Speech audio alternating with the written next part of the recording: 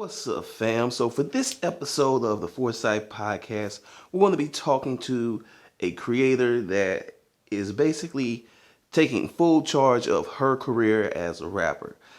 She'll direct her own videos, she'll produce her own songs, she'll do whatever it takes to make her projects come together. And I love talking to creators like that have that kind of drive and just that determination. So let's kind of get inside the game with none other than St. Louis's own Juicille. Let's go.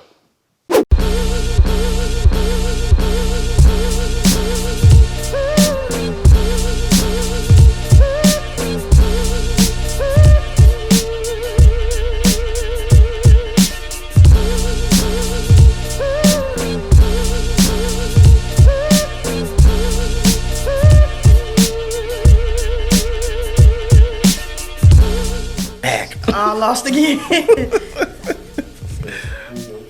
We good? Yep. All right, then.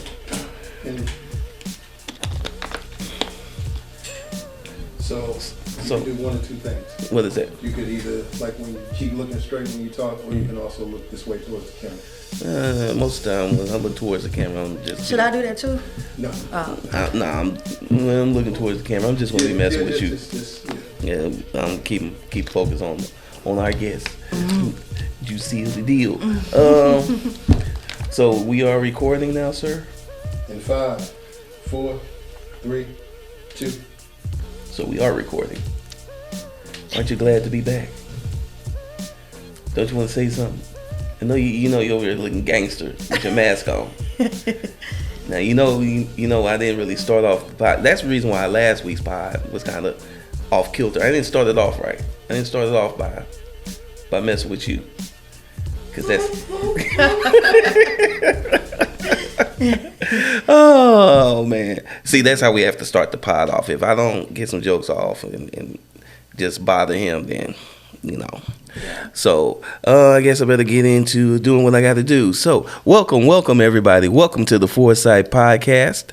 I am your host, DKG72, better known, or BKA. Yeah, we're gonna say BKA today. Better known as BKA David Gordon. For today's episode, we are going to be speaking with a very special guest who I happen to have met. I've known for a while now, and we've worked together on a project, and it was very, very fun. But as always with every podcast, let's get a little house cleaning done. So I'd like to first thank all of you guys, the fans, for coming back and putting up with me and this show and its insanity. We are back for our second season, so super, super glad about that. Off rip, I'd like to let you guys know that all my iPhone users and all my iPad users, we are now available on Apple Podcasts. So please, if you are Apple stan or Apple user, then please go ahead and look up the 4Sight podcast on Apple Podcasts. That was one of the announcements I wanted to make. Also, again, 4Sight Publishing is a thing. It's real. So definitely make sure that you're checking us out and all of the books and wonderful coloring books that we have. So now that that's all done, and of course, before we go any further, let me give a shout out to our producer supreme, Mr. Lamar. What's your name again? What's your name is? Mr. Lamar Harris, better known as DJ Noonie. So on to our guests, because we need to get into more important things than giving Lamar his flowers. He gets his flowers all the time from the show.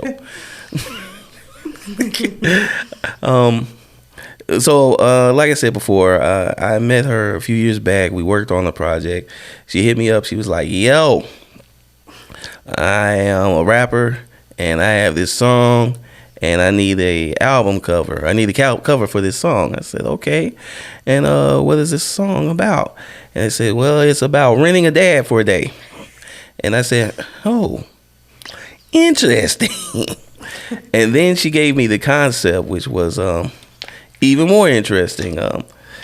And what I ended up producing was one of the most fun covers I've done for a rap artist in a long, long time. It had everything from a guy in a suit, the super suit, screaming kids, and of course a beautiful young lady. So then we got the video for the song, and the song was it was dope, and it even had a cameo from one of our native sons, Mr. Tahir Moore. Mm-hmm. So that was like, oh, okay. And I found out that my guest, well, she's that deal. And that's what she calls herself. She is Juicille, that deal. So everybody say, hey. He's so silly. So how's it going? It's going pretty good. Pretty good. That's good. That's good. So if you don't know, 4Sight podcast, we talk with creatives, musicians, poets, painters, entrepreneurs, and we try to get inside your head a little bit. We don't want to, we try to avoid some of the other things that may happen on other podcasts, drama and all that type of stuff. Mm-hmm. We're about the creatives. We're about the creative process. And one of the first questions that I had, this question that I've been sitting on for several years now, was how did you even come up with the concept for your song, Rental Dad?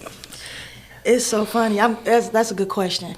One day I was on the phone talking to Bushwick Bill. Really? Rest in peace. Yes. R.I.P. the legend. Yeah, me and Bushwick Bill became good friends. One day I had a show, mm-hmm. and he was one of the judges. Okay. And we became cool ever since then. So one day I was on the phone with Bushwick Bill, and I was venting to him about an ex-boyfriend, mm-hmm. and I was telling him about the guy's situation, And just to make a long story short, because I don't really want to go into his personal business, but Bushwick Bill was like, oh, he's a rental dad ass nigga, and to make a long story short, the guy already has a daughter. Mm-hmm. He was dating a girl and she had kids, mm-hmm. and she ended up having a baby on him.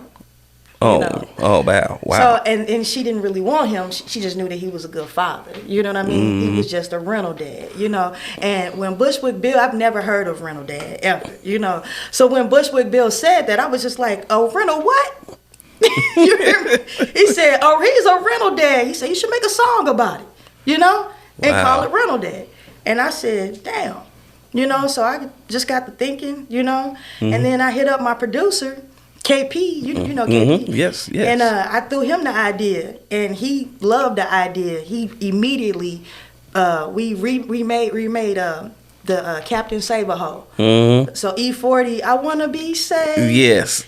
That's like the new Rental Dad is the new Captain Saberho. Okay, basically. All right. And so, and then on top of that, just the cover. Mm-hmm. I was sitting on the song for the longest. Okay. Yes. I mean, the song was probably 2 or 3 years older than before I came to you. It was already out. Okay. It wasn't out, but I already had it. Right. And I'm sitting on this song. I got sick one day, and I got rushed to the hospital. They had to do surgery on me, and it was serious. So when I was in the hospital, I got to thinking. I was looking at my cover on my cell phone, mm-hmm. and I was just like, man, I'm just sitting on this. And the guy, the rental dad on mm-hmm. here, he resembled my homeboy Willie Mack. And Willie Mack, he was on College Hill. Okay. So I said, if I hit Willie Mack up, and if he tells me that he will get in this video, I'm coming to L.A. And I've never been to L.A. ever. Oh, wow.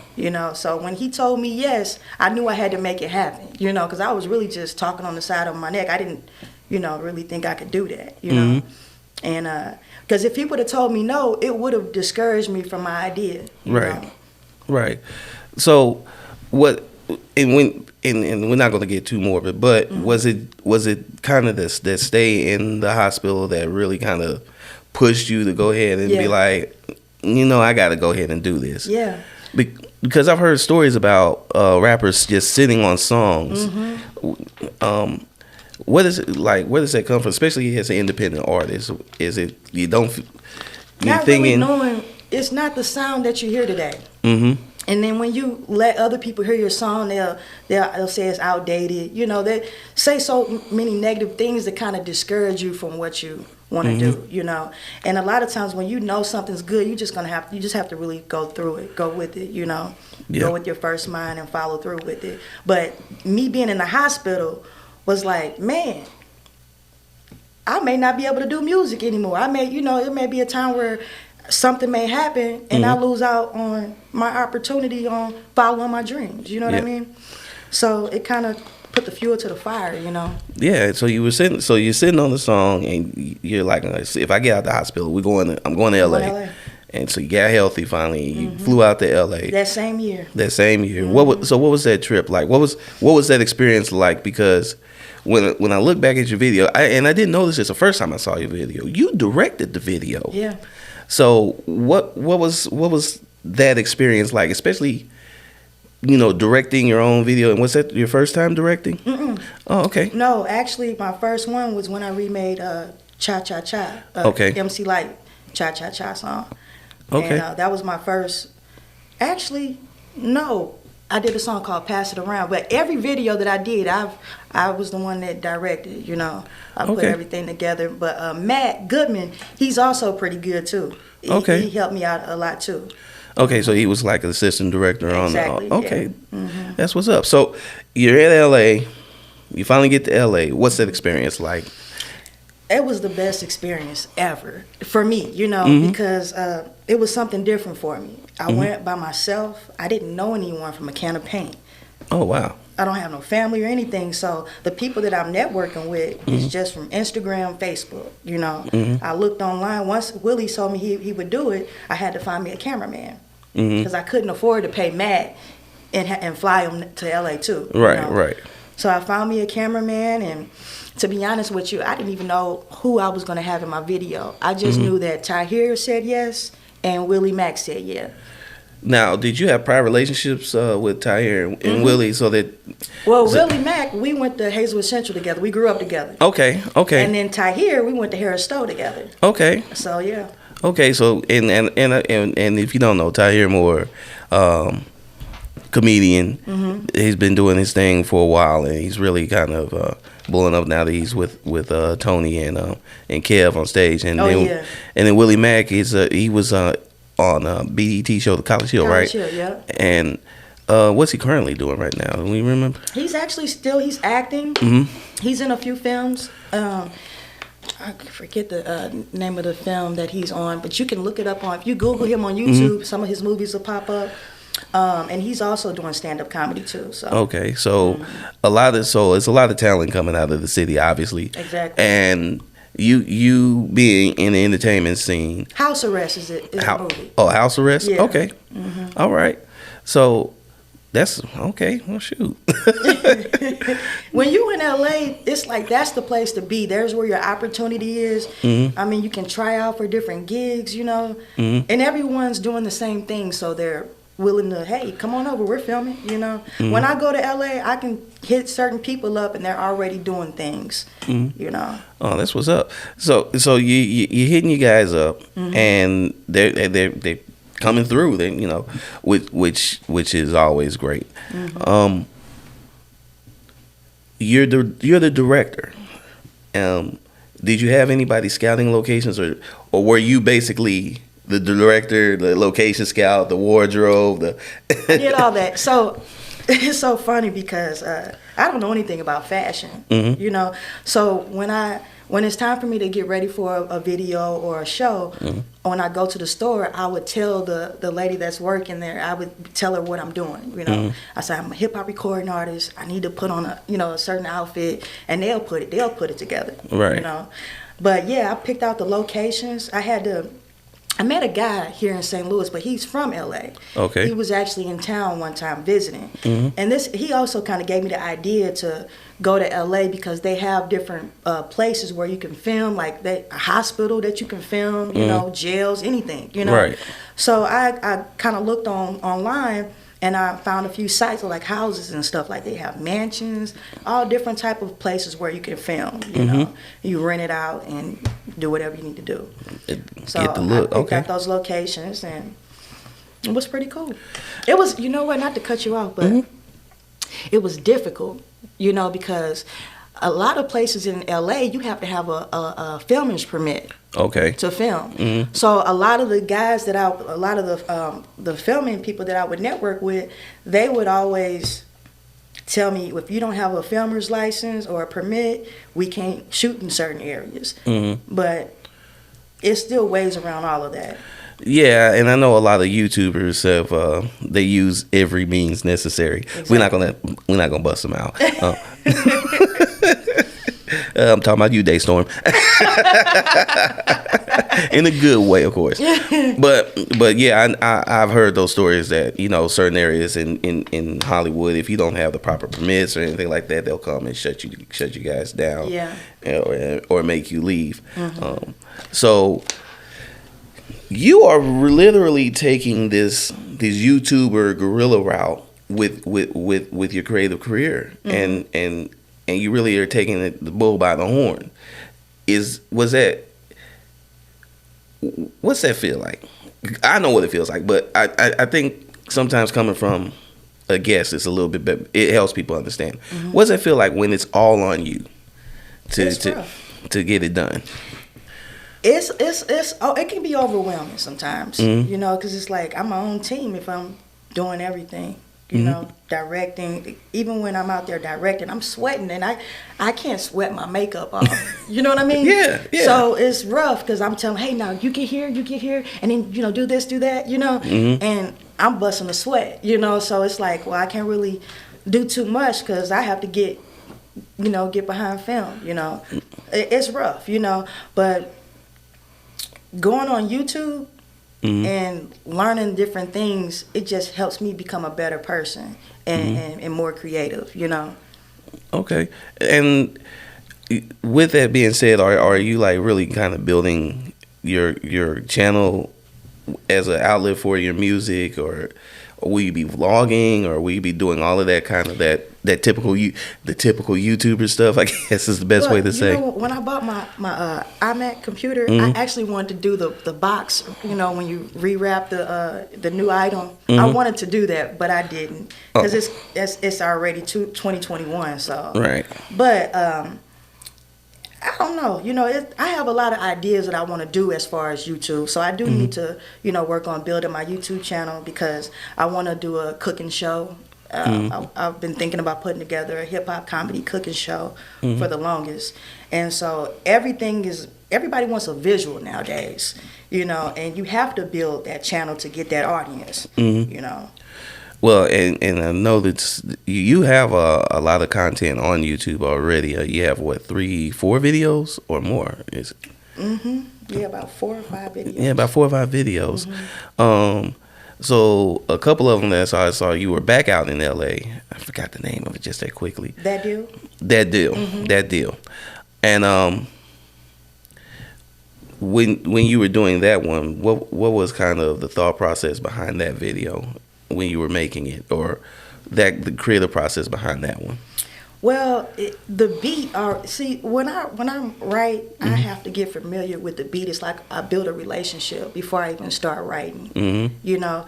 And the beat automatically throughout West Coast. Right. It was just West Coast, so I knew that I had to come up with that West Coast feel good bounce type of music. You know what I mean? And it was pretty easy to do, because that type of music is not really hard. You know, when you're making feel good music, it's just complement what the beat's saying. Yeah. You know, those some Zapp and Roger type vocals behind it. Exactly. No. Then hope the filming is a sunny day. Exactly. Yes. Exactly. Because you hear that beat and you automatically. You can visualize that, you know, that sunny California, the palm trees.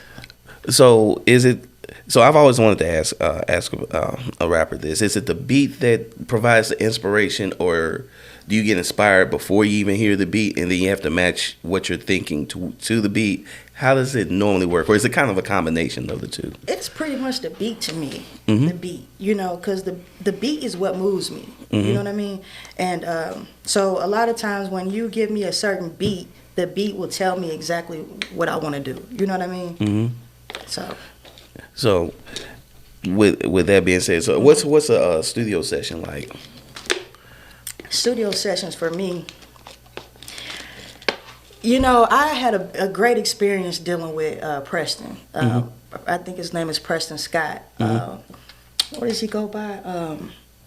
He actually recorded a lot of my music that you hear online. Okay. So my recording process with him was awesome because he brought out more out of me that I didn't even know I had. Okay. I like to, when I'm recording, I like for my engineer to be into the song too. Oh, okay. You know what I'm saying? Because I don't want it to be boring and he's just pressing. He's just like, I'm here. Yeah, but when he's involved, it makes the whole sound and everything all come together. You know what I mean? Mm-hmm. But a lot of times I record at my in-house studio, and it's rough because I have to go press play and run to the mic. Right. You know what I'm saying? So that's the only thing. If I could get with someone like Preston, that can help develop that sound. You know what I mean? Right. Because he brought out a sound that I'm like, whoa, that's me. I really enjoy working with him. Okay. And I recommend a lot of people to go check him out. Okay. Yeah. All right. Well, this is what we're going to do. We're going to go ahead and take a quick break. Okay. And when we get back, we're going to talk with Juicille about working collaboratively, being an army of one, and just how did she become so creative to dabble in, or to have, to be in so many different lanes. So this is the 4Sight podcast, and we will be right back. Do you need to reimagine your love? Relax and set your mind free with the Black Love Chronicles coloring book from 4Sight Publishing. Color in the spaces of love, lust, commitment, and embrace true passion with the Black Love Chronicles, available on Amazon. Get your copy and recolor your happiness today. We're back. Ready? Mm-hmm. All right. 4, 3, 2. You really do that well, sir. I just want to point that out for the 2021 for the first time. Thumbs down? Wow. All right. Well, we're back, and so we're talking with Juicille, The Deal. And we were talking about a couple of the songs that she had done, Rental Dad and The Deal.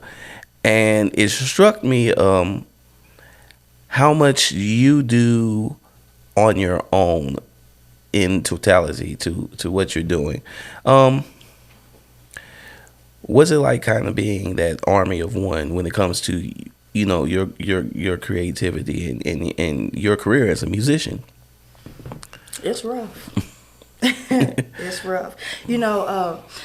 My homeboy Mario, he said it best, and rest in peace. He passed away a few years ago. Mm-hmm. He said if Juicille had on he said if the rap game were like the football game, Juicille would have on the dirtiest jersey in the game. Because you're doing so many different things. Yeah. So because music is oftentimes a really collaborative process. Mm-hmm.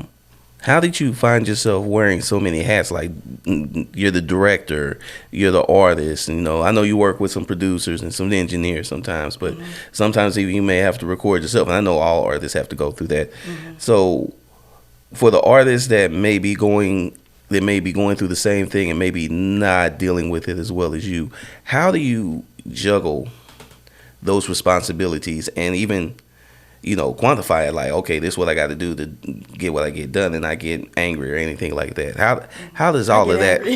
Oh, you get angry? I get frustrated a lot, with the music, but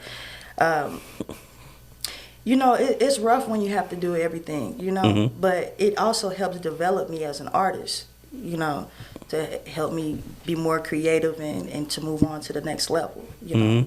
So I don't really complain, you know. It is what it is. I mean, every artist does the same thing, you know. We all creative, right? You know, so. So when you, like, I know you work with producers, but do you like have a lot of input on your songs when it comes to the production side? I know you say you get a beat and then the beat will kind of move you, but then once you kind of get the tracks laid and the beats laid, and then they start the mixing and all that stuff and adding extra things to it, do you have input, or do you make your input felt or known at that time? Well, as far as the beat, like, a lot of times I would say, like, I probably want a little bit more bass, but I leave that to the producer. You know, that's pretty much more his expertise. You know, as far as production goes. Okay. So you just kind of more or less just, you get there, you finally get your artistry out, and then you're just kind of like, okay, I'm gonna let you guys cook and then we're gonna go with the final product. Exactly. Okay, that's what's up. What got you into rap to even begin with? Well, I started off playing basketball. I'm an outstanding basketball player. Okay. And 1 year in high school, my my school had a talent show. And it's so funny how I just was talking to a few of my high school's the classmates about this the other day. But in the talent show, I wanted to let my coach know how I felt about how he would sit me on the bench. So I always loved music, you know, coming up as a kid, listening to MC Lyte, The Brat, Queen Latifah, you know. So I've always had it in me, you know. And so I said, you know what, I'm going to join that talent show. I'm going to write a song, you know, and I'm going to record it. And I'm a perform, you know. So I got on stage and I actually act out how he would do me, you know. I had a guy, which was my other a guy in a group with me. We had formed a group in junior high, and to make a long story short, to touch base on how I started rapping, I didn't know I could rap at first. A guy told me I had the voice. Okay. You know, and then a guy named Crucifix, he does a lot of promotion and parties and stuff now. Okay. But DJ Q, he's a DJ too. Okay. So Crucifix, he had just moved in town from Atlanta. And he reminded me of Allen Iverson, but anyway, he rapped too. Okay. So and then it was another guy named DeWine Bird. And so we formed a group. And Crucifix, when we were in the studio, he was writing bars. He the one who taught me how to do my 16s. Okay. My bars. And so so once I knew how to write, I put a song together and I did that talent show. And I acted out. And one thing about me, even in my I knew I was built for entertainment, because once I step on stage, once I step on the court, I put on the show automatically. I mean, I steal the show. Okay. You know, so and then once I had the crowd going, I knew. You already knew. See, I don't know the coach's name, but you know what? Coach Stoltz. Coach Stoltz. On the one hand, thanks, but on the other hand, you should have been playing more. I don't know what she said in the song, but did you get more playing time after the song? No, he probably set me even more. It's like, I'm gonna show you. You gonna make a song about me? Exactly. I had the whole school talking about it. All right. Now this is a question I've been wanting to ask for a long, long time, because, and I have friends that are rappers and everything like that. So I should have been asked, but I just never thought to ask. But now I'm going to ask: what makes up a bar? Because the layman will hear that, I hate them 16 bars right there. Like, is it a word count? Is it what makes up a bar? It's not a word count. It's about the beat too. You know what I mean? I don't know. It's hard to explain. It's that chick, they call me the Juice. That's a bar. I keep it straight. No chase, 180's the proof too. Oh, okay. So it's just about the rhyming and. It makes up it's the pattern. Exactly. Okay. I to be honest, that may have been the best explanation, because I've always wondered, but because when I get around my musician friends, I kind of be like, I see this the question right here. That I might get them side eyes from. You know how cats are. I ain't trying to hear all that. I'm just asking the question. So I was like, I'm on the podcast right now. I'm gonna ask this question. You're so silly.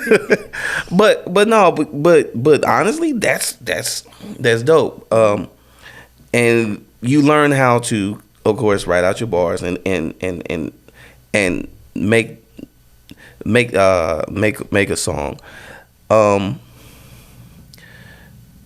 Were you always just gifted with that ability for poetry from the beginning? Did you write poems beforehand, or was it just strictly I'm into the music scene and it's on? And well, popping? I've always been a writer. Like as far as in school, you know, they teach us how to write in our journals. You know, in school, and I've always been into that. You know, Okay. I write my feelings down, how I'm feeling certain days. You know, and even when as a kid listening to music, like say for instance R. Kelly, I used to listen to his music like I Believe I Can Fly, and I would change it Right. to my words, you know. Yeah. All my rapper friends can do that. I am horrible at that. I was good at that. I used to make diss songs, you know, change somebody else's song up and make a diss song, have people mad, you know. You just be out there dissing people. I'll be mad as hell. Somebody would change R. Kelly's song to diss me with it. Wait. We can't be doing that. That's just wrong. So, being that you are so creative, because I've counted like you've gone into writing, poetry, of course, music making, singing, rapping, which may not be a singer, but we're going to include it anyway, just for the sake of this right here. You are a director. You directed a bunch of your own videos. I'm actually writing a web series too for Rental Dad. So now you're a writer. How do you, because when you have multiple talents, how do you keep one from overwhelming the other? Because, you know, one time you might, like you say, you get in your director bag, but then now you got to be an artist. And then that's rough. It's hard to juggle because I want to do music. And a lot of times when you're an artist, you have to focus on getting that music out. You know, but then I'm over here writing my web series. I got my actors already, you know, and it kind of takes away from me doing my music. So I'm trying to work on balancing everything out, you know, because I really wish I had a team too. Like I am developing my production team as far as you know, my cameraman and things of that nature for my web series. But it's really rough when you have to juggle all those different areas. Even when you're doing music, you gotta find, once you got the music done, you gotta find somebody that's gonna promote it. Right. You know what I mean? And I'm really not good at that yet, you know.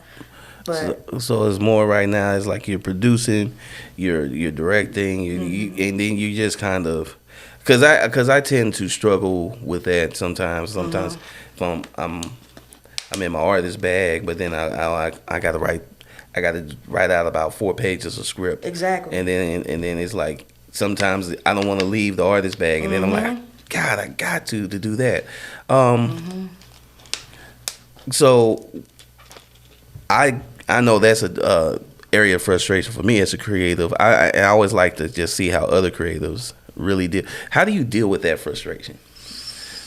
How do you just deal with just?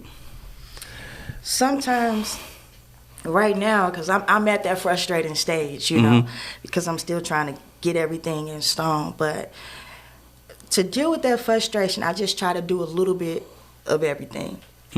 Just to know that I worked on some music today. Like earlier today, I was working on a song. Okay. You know, then I left after I started working on the song. I had to leave to start looking for an outfit for my video shoot for tomorrow. You know, so it's rough when you're doing everything. But as long as I'm touching those areas, you know, and I'm not leaving it behind, it can get done. Okay, so it's just kind of you, little by little, you just kind of let me put a Lego here. All right, I'm good with that one right Right. now. Let me put a couple Legos here. I'm good with that one. Right. Now you're doing a video shoot tomorrow. Mm-hmm. What's the process behind you doing your video shoot? How did you come up with the concept? And of course, what's the song that you're going to be shooting the video for? Well, the way I came up with the concept, like I actually had this concept a few years ago for this song, you know, but I never followed through with it, you know, because I had these other songs that I wanted to do, you know. But now I'm ready to drop this song because it's like I'm demanding you to pay attention to me, you know, and right now I'm in the process of I'm kind of like, I don't really have it all written out exactly of my video treatment for this video because it's in a warehouse and it's a lot of empty space. So I'm trying to like create my different, you know, my crops and stuff for it, you know. So is it one of those things where when you get into the space, it's kind of like, okay, I can use this, I can use this, I can use this. You kind of, okay, so you really... I kind of did a tour. I did a tour last week of the place. It kind of helped me get my vision together, you know. And so it's gonna be pretty cool. It's gonna be pretty fun, you know. It's gonna be hard though because it's just me. Oh, it's just you know, so you gonna be doing all the camera work too? Yeah. Oh wow. So I don't know how I'm gonna pull it off, you know, because this is it's gonna be my first one actually, you know, shooting. I've been getting a lot of footage, you know, but I booked this location and. So yeah, I'm gonna be filming, doing just like what he's doing, and then getting in front of the camera. And then getting in front of the camera. Yeah. Well, I can tell you right now, it's going to be a lot of. What kind of camera are you using? It's a Canon T7. Get the app. The app is going to be a lifesaver. Yeah, I got the app too. Yeah. Get the Canon app because that's going to right there. Okay. Exactly. So exactly. That's actually been my co-director for a lot of my YouTube videos. That's interesting that you're going to kind of do a one woman video shoot, which is going to be it's not going to be kind of, it's going to be fun to watch to see how you put it together. How you put it together, and it's going to be a very unique perspective. Do you think it's more empowering or less empowering sometimes when you are able to just move everything into place, or would you prefer? It's more empowering because it lets me know that once I get it done, like I did that. You know what I mean? Right. And sometimes like with the drawing, I learned a lot of things that I didn't know I could do, you know. So a lot of times if you just follow through with it and just do it, you'd be surprised what you can do, you know. Yeah, that's a good point because you were hitting me up and you're like, hey, I just drew this. I'm like, oh, okay. When did you start doing? I was just trying some stuff out. I'm like, well, all right. It's like, and that's all mark of a artist that you just kind of just like, okay, I feel like doing this. Do you find that you just get new interest, or is it more like, okay, I've kind of got this under wraps, I want to learn more, and I want to learn something different? What kind of motivates you to kind of move around like that? Well, what motivates me to learn things different is because I don't really have the money to pay everyone, to be honest with you. You know what I mean? Oh, yeah. So I figured, you know, just like when you moving out on your own, you can't buy most expensive things. You have to kind of juggle, you know, and let certain things go, you know. Right. So with this, I told myself, like, you know, going back and forth to Cali was breaking me, you know, and I'm not really making anything off of what I'm doing yet, you know. So I figured I want to learn how to film. I could also make some extra money on the side by doing other people's projects. And when I hired the cameraman to shoot my videos, they're just getting behind the camera, you know. So I'm like, well, you might as well do that part too. Yeah, you know, see how it goes, you know. You know, it's going to be a lot of tripod work. Yeah, I got my tripod. Just lock it off on the tripod. Okay, I'm standing right here. You know what? They need to have one of those tripods where you can like press a button. You can put it on there and press a button and it'll move on its own. They do. Those things get expensive. Oh, really? They do have something like that. Yeah, they we're not sponsored by them, but Chrome has some stuff. And there's some lower cost options, but they tend not to be as reliable. But you know, for the 1 or 2 times that you use them, just get it all in while you can. So, Juicille, where can everybody find out more about you? Where like what's all your socials and all that type of stuff? I tell people all you have to do is just Google my name, Juicille, and it'll all pop up. But Juicille, and then on Instagram, Juicille 923. Okay. And 923, that was one of my best friends in hip hop. He had passed away a few years ago. Okay. From cancer. So that's where I got the 923 from. Oh, that's what's up. Rest in peace, man. Yes. Rest in peace. So they can find you. You're on Twitter and Instagram and Facebook and all those good places. Yep. What about your music? Where can they download your music from? On Apple, iTunes, Spotify. Okay. And I know that she has a YouTube presence. Is that your official channel, or is that just kind of? Yeah, that's the official one. Okay, so definitely we're gonna we'll link the channel in the cards above my head at some point. Okay. However YouTube allows us to do that. Juicille, it's been great. This is a great interview. Likewise, I mean this is my first interview and I've really enjoyed it. Oh, exclusive. I really appreciate the opportunity, absolutely. And then for the beginning of the year to be able to give a chance to tell people what I have going on so far. Well, that's what's up. All right. Well, we're going to go ahead and wrap this up and get up out of here. Lamar, how can people find you, and what are some of the things that you're doing right now? We don't understand that, so we don't understand Wookiee. Speak. Speak. Just yell it out. Just follow me at Lamar Harris 314. Follow me on social media at Lamar Harris 314. Visit the website thelamarharris.com. Perfect.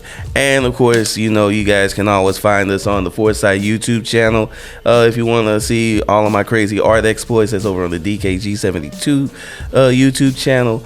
We've got a website, and of course, you can always reach me on Twitter and Instagram at DKG72. And of course, always support us via Patreon, DKG72 Comics. And if you guys want to purchase things like coloring books and things like that, they're available on Amazon and the 4Sight website, 4Sight Studio website, I should say. Guys, it's a great show. Just give it up for our friend Juicille, the deal, who came through and just knocked it out of the park like a champ. And we will be back next week with another interview. This is David Gordon, better known as DKG72. This is the 4Sight Podcast, and we're produced by Lamar Harris. And we will holler at you all later. Peace.